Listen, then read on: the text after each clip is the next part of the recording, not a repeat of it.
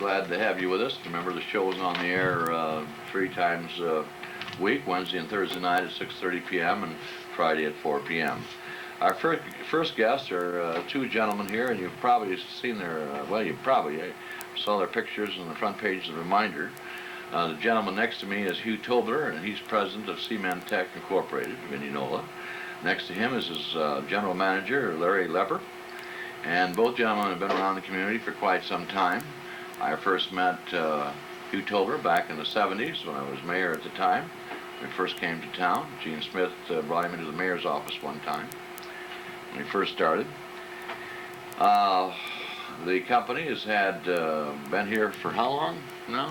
Well, we moved here in 1974. Mm-hmm. And Larry, when did you join the firm? I came up here in 1978, George. And where did you come from, Larry? Illinois.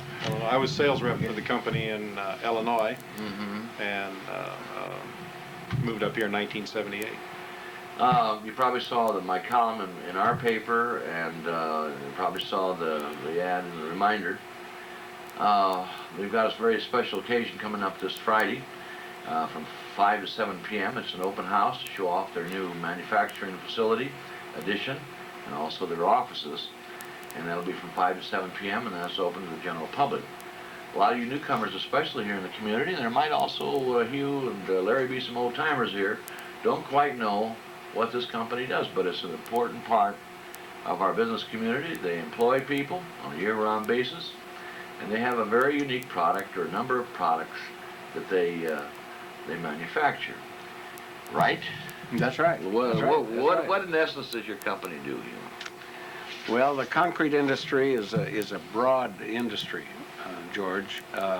We don't reach all phases of the concrete industry, but we manufacture systems for whatever someone might need for concrete, whether it be on a retail basis or whether it be in a precast plant or bridge overlay or something like that. Our systems are a little bit different than the conventional ones. All of our equipment. Oh, why? There's an innovation involved in this equipment. We don't use scales. We proportion everything volumetrically, and that means that we can have a continuous mixer. So it's one of the few continuous mixers on the market. Is that right? And it makes it unique, and our entire line is designed around that principle of a continuous mixer. And so, Larry, you serve customers nationwide? Nationwide and really in the Western Hemisphere. We do some exporting, George. I guess to give a little bit of history on this concept, that back in the 1974 was when the company moved to Indianola. At that time, we sold products manufactured by other people. I was one of the reps in the field in Illinois that did this. Same time that Hugh was... Same time that Hugh was right. here. I worked for Hugh, that's right. And Okay. Hugh had lines of other people manufacturing this equipment. 1978 was when we began to look at manufacturing our own, and when employment began to increase at our facilities. I moved in, handled some of the engineering, sales, and we were a small skeleton crew staff at that time, but we gradually began to grow. So yeah, we do sell nationwide and around the Western Hemisphere. We just exported a couple of our newer small units to St. Kitts in the West Indies, the island of St. Kitts. Really? That's a way off. Yeah, I'm waiting for a windjammer Is that right? cruise that went there. Is that right? I didn't go right now. I'm waiting till winter to go down there and inspect the equipment. Oh, yes, that's the time to go. Okay. And that's a different world. I'll get But a isn't that interesting? Yes. That St. is Kitts. interesting. I understand that island is very small, and It is. they've got 2 mobile units, and instead of providing concrete service in St. Kitts with a wheelbarrow, they're now going to do it with 2 of our mobile units. So it ought to be, they ought to kind of build skyscrapers on that island. That is a different world. Believe me, that is something to be able to say that. You know, the young fellow that came in here was quite impressed with the large buildings in Des Moines, and fortunately, one of our good farmer friends invited him to come out and take a tour on the farm. I guess we probably should. Who was it? Should use his name, shouldn't we? You lined it up, didn't you? It's Mr. Courier's farm out here. I went on and then showed him around, so he got some of the agricultural taste of the Midwest, and very much enjoyed a farm tour. It was very interesting for. So this guy was really the gentleman. impressed with what goes on here. I bet you guys have people come in all the time like that. Yeah, we had an interesting Yeah. deal a number of years ago from Trinidad also. So other than the foreign people are not the only Larry people. wants to move part of your offices in Trinidad, or Only in the winter, huh? I think Well, that'd be I nice, really think he'd rather go to St. Kitts. say, yeah, I think he would too. I could tell you some good stories there. Very unique here. Hugh, Larry's got some big photographs of color here. And I don't know how we're going to do this. Bring this up here, and Hugh, you tell us.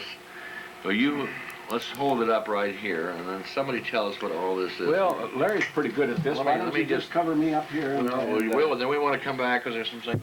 Can you focus? Can you see this? Huh? yeah, now Can you you've see got that? Larry on that side, so Okay, Larry, what let is him this explain machine? that. That's one of our smaller mobile concrete mixers. It carries all the material compartmentalized, the ingredients for concrete being sand, stone, cement, and water. The unit has a water tank on it. It's in the front next to the cab. Behind that is an aggregate bin, which is similar to maybe a fertilizer spreader, something like that, a V-bin. Sand is on one side, stone is on the other. And then a cement bin on the rear of the unit, toward the rear of the unit. The mix auger is in the upright or travel position on the back. That is put down at about a 15-degree angle for mixing. But that's a completely self-contained concrete plant. You load it with the ingredients, take it to the job, set your mix design, all the proportioning and mixing is done there. Now, what's different about this versus a ready-mix truck, which everybody has right. seen, the ready-mix truck running down the road? Several things. One of them is that it's a chemical reaction of cement or concrete getting hard. It's not a drying out reaction. It's a chemical reaction. That begins as soon as there's cement water content. Once that begins, the concrete is using up some of its strength. It can deteriorate if it gets old. You can change mix design with this unit in the field. What's this thing right here? Oh, George, I can't see what you're pointing at there. That's the top of the cement bin. That's just Okay, the that's where you ladder. put it That's where you'd load cement. But meter delivery is another Now, advantage is of this your main? Was this your first type of? Is this a new model or is this your original model? This unit is several years old now. It is similar to some of the equipment that we sold back in the 70s. Okay, let's get We've another- made Show the picture of quite a few improvements on a truck-mounted unit. show the That's twins. Larry Lepper over there and Hugh Tobler here of Cemen Tech. I'm George Latke at the round table. If you're just tuned in, don't turn us off. What do you want to show? Interesting program. What do you want to show? Let's just come right down the line there. Come right down the line. Yeah, let's do that. Here's a small stationary unit. This is about a year old. It's been a very Okay, now how would this be big different seller. from another stationary unit? I mean, now, I always thought the advantage of using your products was the fact that everything is done right there. Now, is this the same as a big concrete maker or mixer? Or? Well, it's similar to, you know, when you see a ready-mix truck, it's got to have some kind of a plant that proportions and meters the ingredients into the truck. Those plants are very large and very expensive. We've got a plant here for the small precaster, the small on-site person that needs concrete. He's remote from the ready-mix. He's doing his own concrete. I see. There's a complete concrete plant that fits in the space of average parking space, really, size-wise. And then dollar-wise, you're looking at probably $15,000-$20,000 depending on where they equip it, which is a very competitive price in the concrete business. Well, now, And that's a complete plant right Complete there. plant. Does Right. all 20,000? of proportioning and mixing. Less, 20,000? 15. you sold a lot of these, or Very, it's been interesting because we've shipped plants to Mexico, the Baja Peninsula of Mexico, for companies that put in strawberry processing plants. We shipped a plant to the Aleutian Islands off of Alaska for a fish salmon processing plant that a company was building. Those are some of the And Hawaii, we shipped them to Hawaii. We've shipped them to That's Bermuda, as well as we've shipped them to Des Moines, Ankeny actually, for a precaster up there that does architectural precast, and he does his special mixes with it. Is You know, so it's This was a new plant that we now, did designed. you We designed this We just designed it. about 15 months ago was the first we introduced this, and since then we've been selling about one a week. We found a little niche kidding. in the market. You know, the niche in the market is there's a lot of small precasters that can't. Here we go. This is Larger plant with bulk. Lepper and Hugh Tobler, Cemen Tech here, gang. This is some of the things they do out there, so we're giving you an education that doesn't cost you a dime. Now, what is this? Similar plant except larger with bulk cement storage. And what's Cement something like being that the dry cost? powdered stuff. That plant is about 30,000 with a silo and aggregate bins. Now, when was this designed? A long time ago, or? Well, this is similar to the first unit that we ever designed, wasn't it, Larry? About in 1979. 79 and 80. This is similar to the first plant. By the way, that plant, if you keep the silo filled with cement and the aggregate bin filled with sand and stone, that plant will produce 30 cubic yards an hour on a continuous basis. That little plant right there. Okay, here we go.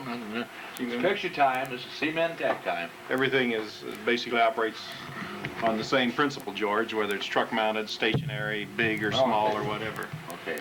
Now this is, where was this taken at? That was on a bridge deck job. That's a bridge deck job in Kansas City. When you talk Missouri. about overlay, and I've heard you talk about overlay on bridges, is that what you're talking about here? Bridge deck overlay. When they resurface the bridge, they put a... Is that what you're talking about when you're talking about overlay? Okay, how's is this? Okay, how is this different from how they generally do it? Or this is how they That's generally the way do they do it.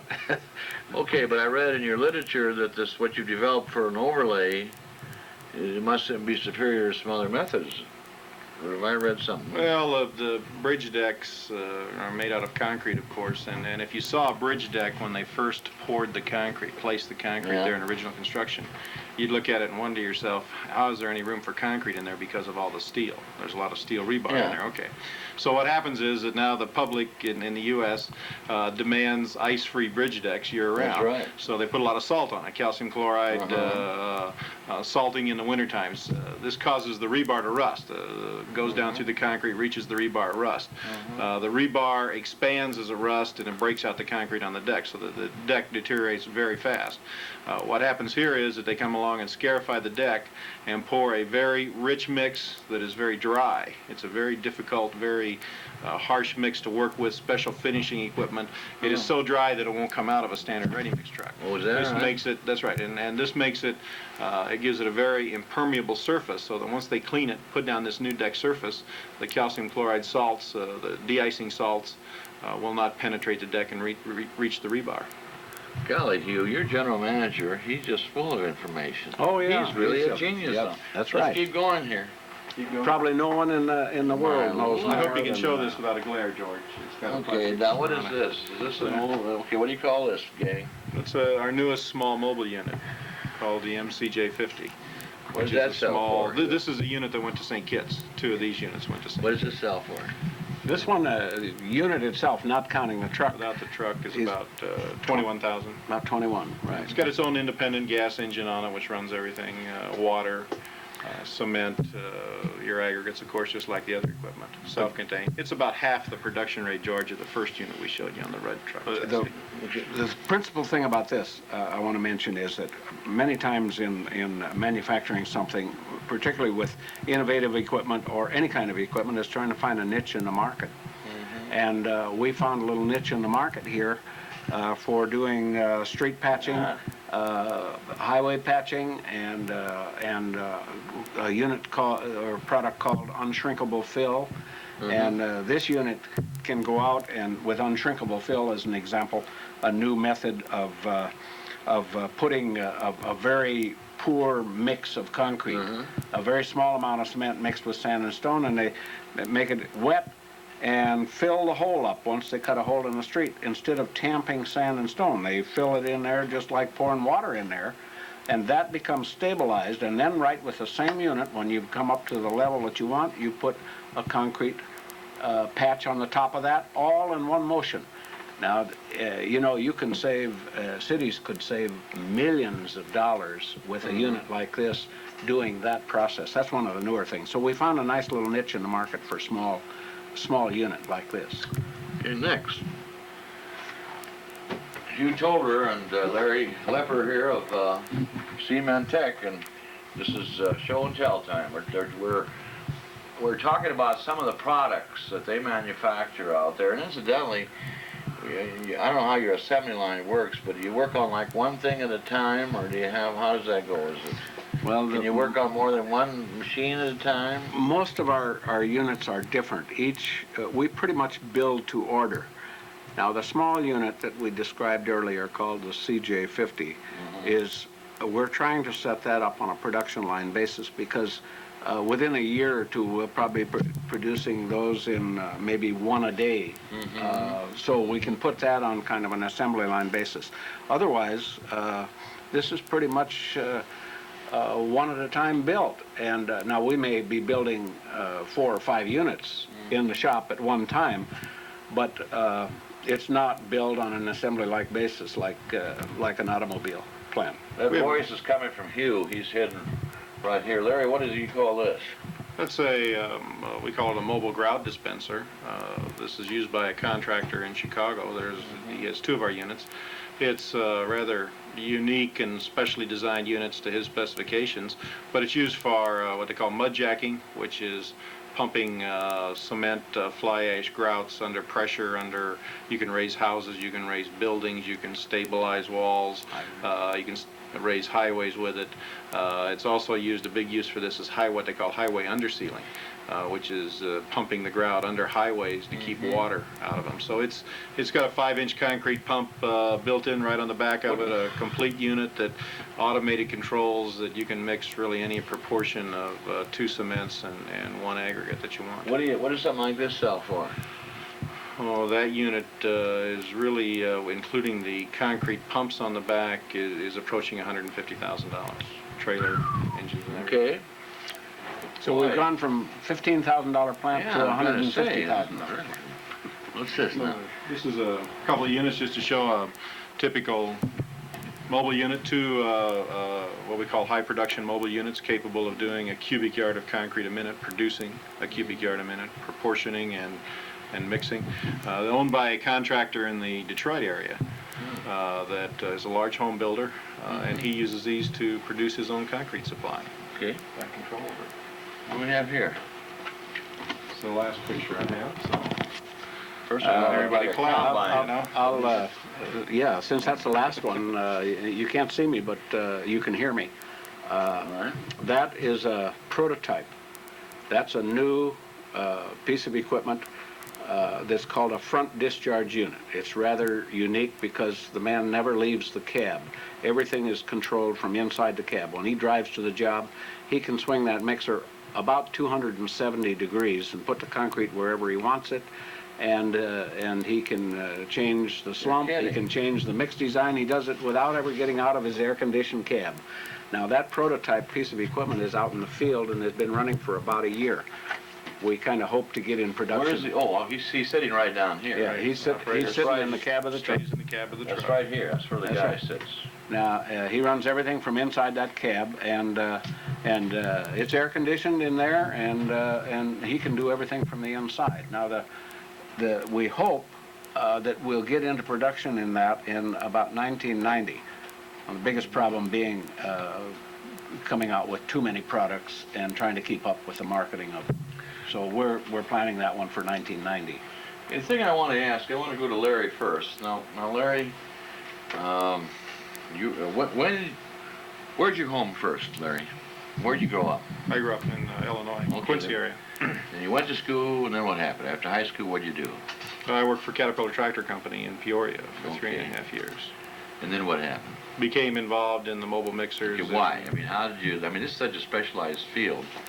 How did you get interested? I guess originally I got involved with it as a profit opportunity to started out running the equipment, actually wanting my own business and buying the equipment and running it and operating it for 2 years. And then I went to work selling the equipment. Believed in it. And what year was that? That was in 1974 to 76 is when I operated the equipment. In 1976 is when I became a sales rep in the field. Now, you got here in 74. I moved here in 74. But right. prior to that, you were up in Minneapolis, Minnesota, right? Yes. And you started your company actually up there, right? Yeah, I started Cementech was the incorporated name, by getting hold of the concrete mobile, which is a similar type piece of equipment mounted on a truck.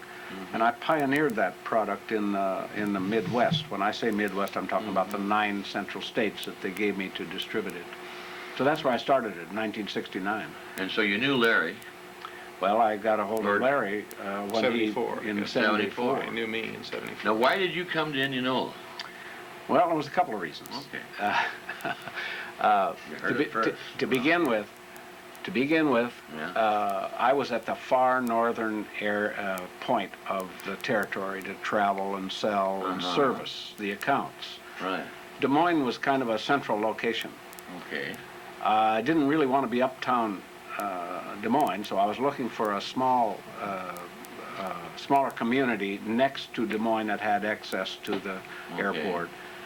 So I was looking on all sides of Des Moines, and I looked in Indianola, and there was a fellow here that was instrumental, very instrumental in getting me to stop in Indianola and stay in Indianola, and that was Gene Smith. He was very aggressive when I contacted him for any possible buildings that were available. I mean, he sold Indianola like you wouldn't believe. Yeah, He I did a believe it. tremendous job of I selling can believe me it. on Indianola, and He that's went over really to why City I'm Hall. here. Yeah. And I guess he's still selling Indianola. Yeah. So you started your business, and in your career as a business since '74, since you've been here, have you ever had any time in your career where you had, every business has its ups and downs where things are really down? Oh yes. Well, I mean to say where you were a little concerned. You may. I mean, I'm just wondering. The biggest You're downturn. not rich like the rest of us, Hugh. Tell us about it. The biggest problem that I guess I ever faced, or downturn in the business, is, if you remember, just a few years ago, I announced the sale of the company. Yeah.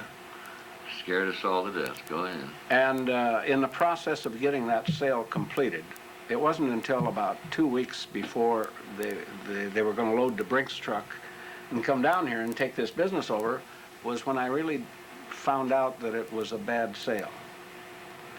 Well, in the meantime, that took about 6 months.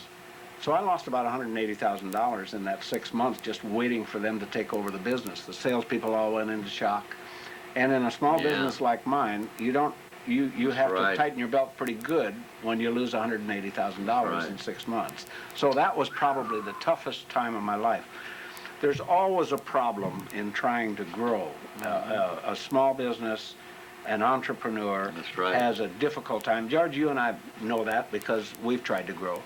And that's one of the most difficult things for a small business to do, is to get the capital they're required to grow with. Now, you've just finished a $750,000 expansion there. I know the city of Indianola helped get part of I think, no-interest loan. Not a large amount of money, but some money.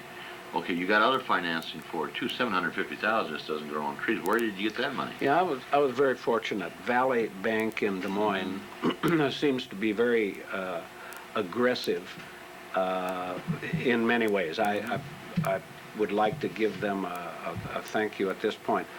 A small business like mine that wants to grow 25% a year in sales has a tremendous You want to challenge grow and 25% problem. a year? That's what we're Okay, we're you saying. hear that? Staff? We're wanting to grow 25% up 25%. next year, okay. That takes a lot of money, and it takes a little risk on the bank's part.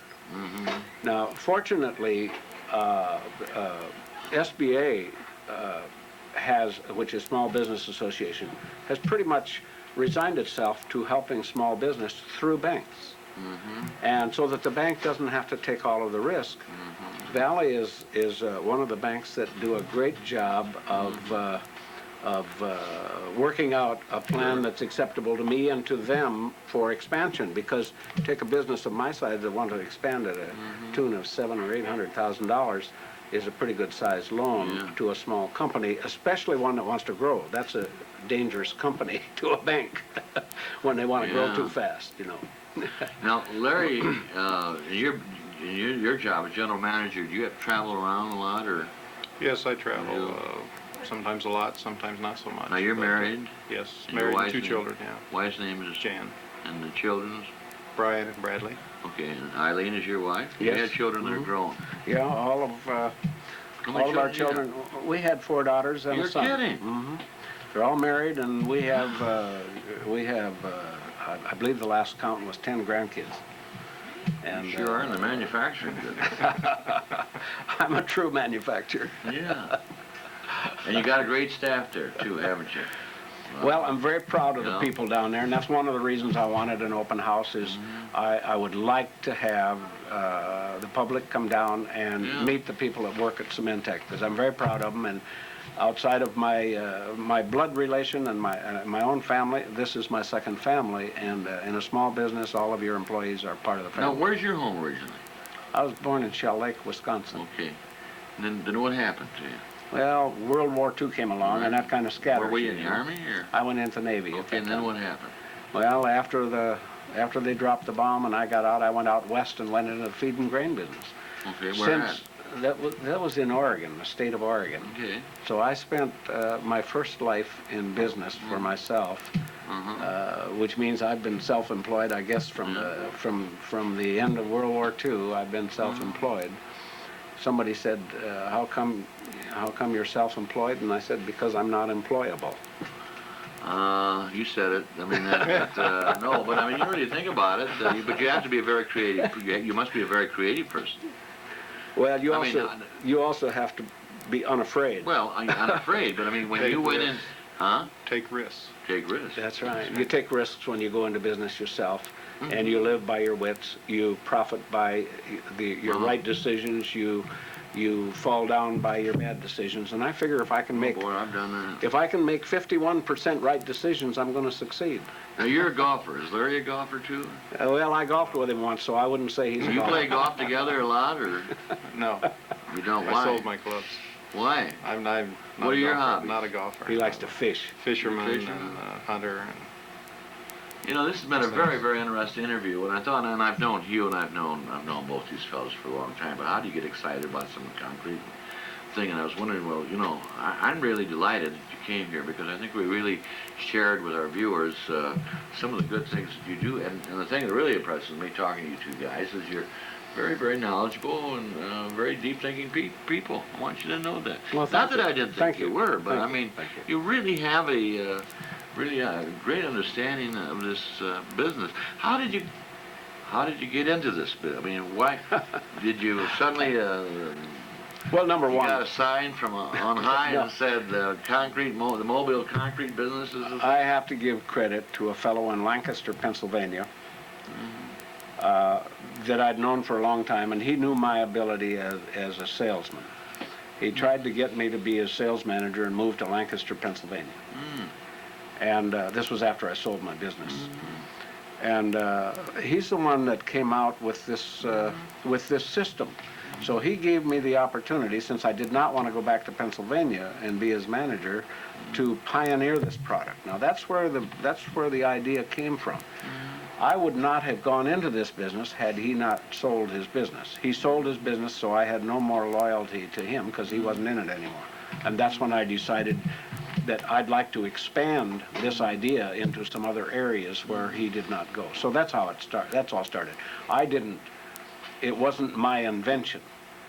I didn't invent it, but I was so obsessed with the system being a better system than the conventional system that I figured that, hey, that's all you have to have is a vision of something that can improve a situation. So I recognized that, and that's how I got it started.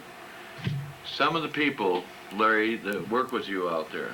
I was just going to mention that, George. Woody The Grandstaff. people out there, Woody Grandstaff Okay. is fairly new, very knowledgeable fellow. He's sales manager in there. You look back in the time-wise, Jim Iverson in parts department, and Leland Good I in the met service him the other department. Both were here when I moved in '78 and came up here. So there's some long-time history there. Larry Ginn in engineering started about 81 or 82. Doug Reinert started about 80. His name's Doug, not Don. We got to misprint the paper there, George. Oh. But Doug Reinert, so I have to mention his name, George. Oh, and we it's have Doug. to go out and buy a steak. That's right. A very fine fellow. He's our production manager. Jim. Jim in accounting, Jim Walker Jr., and our accounting manager handles the bookkeeping, the office manager in accounting, but very Jim fine Walker, staff. yeah, Jim Walker, yeah. right. Yeah.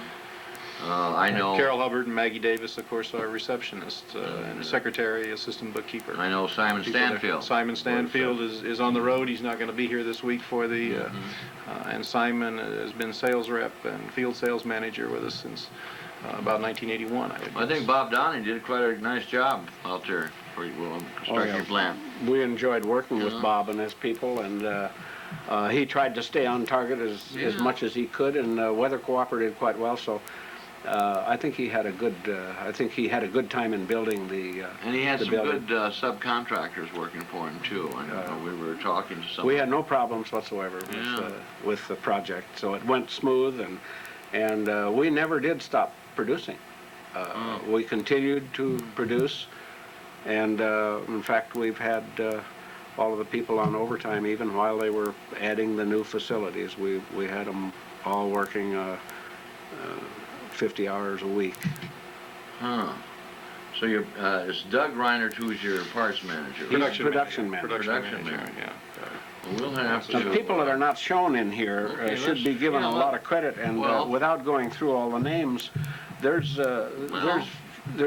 always 15 or 16 You or got Bill, the 17 airplane people. pilot. Oh yeah, He's your taking buddy me out. Bill. That's yeah, right. my buddy Bill, And he's been with us for a long time Yeah. out in the shop. But we've got like I say, 15, 16, 17 people that you should come out and meet that work out in the shop. And when you came out and took these pictures, George, they were all out there busy welding or building a unit to some extent, and were not available for pictures. But too bad we couldn't have put them all in there.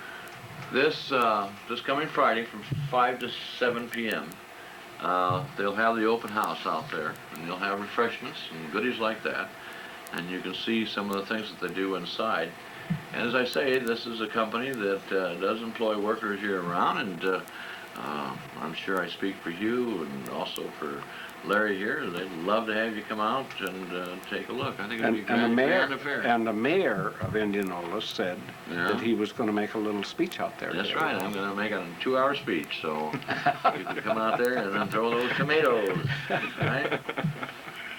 Don't say anything. Don't say anything. Okay. Hugh Tobler and Larry Lepper, you're two very, very interesting individuals I've had here on the program, and I'm just so delighted to learn something more about the business. You know the business, and both of you are a fine addition, and you've done well here in the community, and we're very, very proud of you, and we want to wish you luck for this coming Friday here. Thank you very much. Hugh Tobler and Larry Lepper of Cemen Tech Incorporated. Don't forget that date again. It's this coming Friday from 5 to 7 p.m. And these fellows and their staffs and everybody else